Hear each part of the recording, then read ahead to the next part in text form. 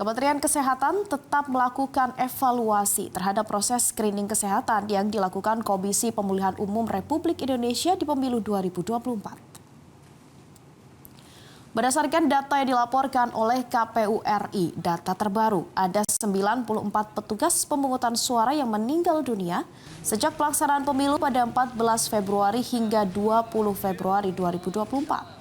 Angka ini menurun drastis bila dibandingkan dengan pemilu 2019. Namun meski angkanya turun, Menteri Kesehatan Budi Gunadi Sadikin tetap mengevaluasi proses screening kesehatan yang dilakukan KPU RI. Ia meminta agar proses pemeriksaan kesehatan harus dilakukan sebelum melakukan pendaftaran sebagai petugas pemungutan suara. Screening yang dilakukan setelah pendaftaran dinilai kurang tepat.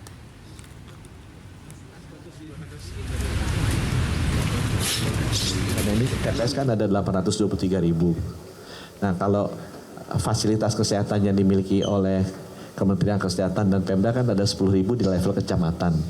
Bisa nggak misalnya satu puskesmas di kecamatan mengcover TPS di kecamatan itu, sehingga untuk yang berisiko tinggi aja dulu, nggak usah semuanya, seenggaknya bisa didatengin, dicek. Ceknya kita gampang kalau karena resikonya kan itu tadi jantung ya sama stroke. Itu kita bisa cek tekanan darah, kan bisa diukur gitu, kita bisa cek denyut jantung pakai jam aja sekarang udah bisa kan, heart rate-nya berapa nih? 60, 70, 80, apa udah 150, udah 170, itu kan berisiko kan kalau denyut jantungnya tinggi kan. Atau juga kita bisa ukur saturasi, karena beberapa juga meninggalnya karena masalah pernafasan. Jelajahi cara baru mendapatkan informasi. Download Metro TV Extend sekarang.